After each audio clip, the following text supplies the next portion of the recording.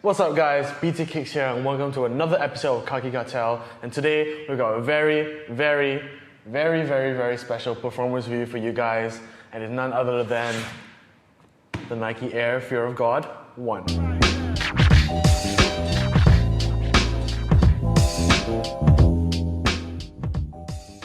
So before we get into the review, I just want to show you guys the box. The packaging on this is absolutely amazing. The quality is just mind-blowing. So let's get to a quick unboxing of this. Right off the bat, you can tell the packaging is just it's something I've never seen before on a Nike basketball, or rather any particular Nike shoe. Like, you just see extra laces are here. You've got all the accessories right here. And the shoes are actually individually wrapped. So I got the right side and the left side just individually wrapped like that. You see, I'm gonna pull this out, the big reveal. There you go. I'll put this right here. And we've got the other shoe right there. They're a little bit dirty because I've obviously played in them already for this review. And last but not least, we have the hang tag, Air Fear of God. Overall, I just think that Jerry Lorenzo and Nike did an amazing job in this collaboration. The packaging is on point, the little details are really nice. But enough about that, let's get into the review. Before we get into this performance review, I just want to talk about the little design details and every sort of design aspects of this shoe. This is a brand new silhouette from Jerry Lorenzo as the creator of Fear of God and Nike. So this is the Air Nike Fear of God 1. And I must say, the initial photos didn't have me impressed. I thought this would be more like a boot-like, very clunky shoe. And it does look really clunky, but when you play in them, it doesn't feel like that at all. Stay tuned for more. One thing I have to say about this shoe is that the quality on this is absolutely amazing. Like, the leather quality used on this is just fire, pure fire. It's soft, it's subtle, it's just super good quality, And coming from a brand like Fear of God, you would expect nothing less. But a collaboration shoe, man, this should be the staple. This leather should be used on future basketball shoes. Nike, if you're listening to this, shout out there. We also have hits of text here. We've got Air Fear of God. We've got more Fear of God branding here. We can see a little spiral sort of traction pattern with a translucent sort of heel area, where this is where the double stack zoom is. The cushion, I'm just saying, it's really nice. You see other details here, like the zip, which goes for you to put foot in. You see on the inside of the shoe as well, we get Fear of God branding. And overall, I just think that the leather, the quality, the build, the materials used on this is absolutely amazing. But enough about the design, let's get to the performance review. As always, starting off with the traction, the Nike Air Fear of God 1 features a spiral-like pattern.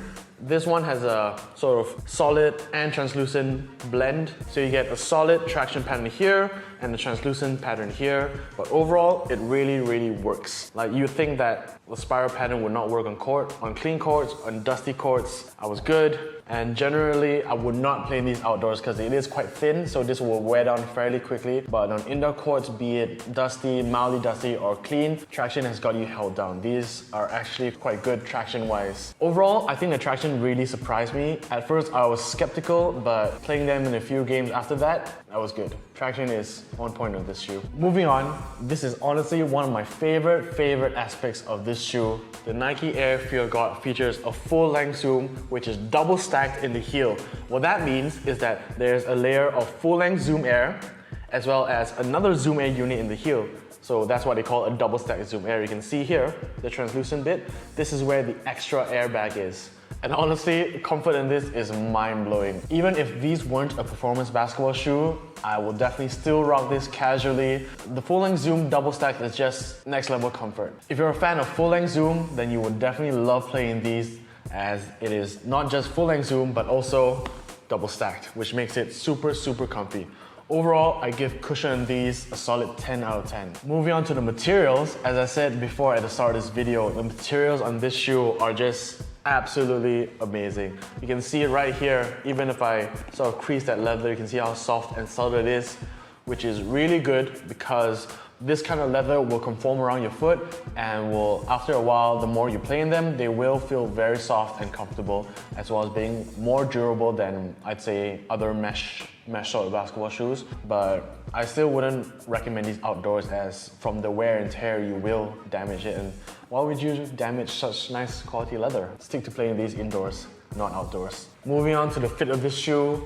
The Fear of God one is actually has a boot-like construction, you know. This sort of reminds you of the Adidas Yeezy 750, or some might jokingly say Timberlands. But overall, the cut of these is actually really high, so support is actually really adequate.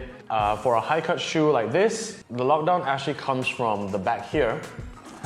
When you put your foot in, when you zip this up, your heel will be locked in here. The lace loops do an adequate job. I wouldn't say it's the best support.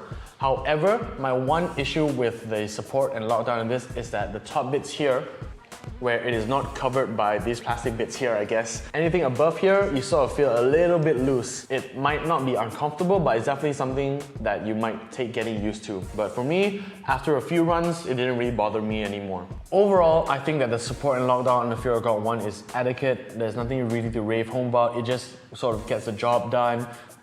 It's not too bad, but it definitely does take some time getting used to as you go along to play in them. In terms of the lacing system, however, I feel that Nike could have done a little bit of a better job in terms of the lacing placement, or rather where the laces are when you choke them. As you can see here, the only places where the laces actually lace up are the forefoot here, as well as two more lace loops that hold your foot in place. I would have liked that they added another maybe lace loop here and another one just to keep your foot contained right in front of the forefoot, as compared to just 1, 2, 3 sort of lace loop holes. My only other issue with the lacing system is that these plastic pieces here, I'm a player that likes to choke my laces a little bit to get like real one-to-one snug fit on my shoes. However, when I choke the laces up here, I sometimes find that the leather actually digs into it. So in turn, these little pieces right here sort of just dig into my foot, which is not really a good thing. But then again, hey, with leather like these, it's sort of like a trade-off. So it's definitely up to you. For me, it did bother me, but playing through it, I didn't start to notice it as I got used to it. So that's something to keep in mind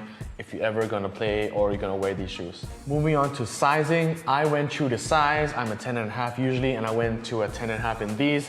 They do fit a tad long, but because I am wide-footed, I could not go a half size down, as it would be way too snug in the forefoot for me. So definitely wide-footers, go through the size. Narrow-footers, you could go a half size down, but if you do get the chance, or before you buy them, definitely do try them on before your purchase. One other small issue I have with the shoe is how hard it is to take off after you play. So obviously, once you put your foot in, you play a game of basketball, your feet are hot, your feet are sweaty, you know, and it's stuffy. And getting my foot out of this shoe, honestly, took a lot of effort. Even with the zip down here, because it's such a high cut shoe that in order for me to get my foot out of the shoe, it really required some pulling. And you know, you wouldn't want to just forcefully pull it out, you might spoil the shoe, but it's really hard to take off. So bear in mind, keep that in mind when you put these on. So my overall thoughts on the Nike Air Fear of God 1 is that this is not something I have to play in. It'll be a good part of my rotation, maybe for a game or two before they've been put away. I mean, this is such a beautiful shoe. It sort of would pain me once they get a little bit scuffed or if they were really dirty, but hey, it was definitely really fun to play in these. If you do get a chance to try the pair, I definitely do recommend it just for the experience of it. I would not have this on a daily rotation. It would be in a rotation, but not something I could just take out of my bag and go play straight away.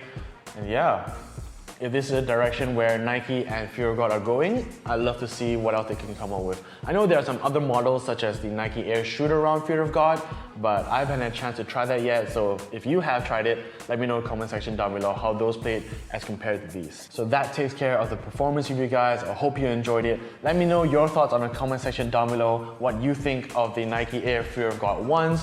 Would you play in them if you got the chance to? Would you rather rock these casually because they're quite a designer sort of basketball shoe? Or would you just not play in these or wear these at all?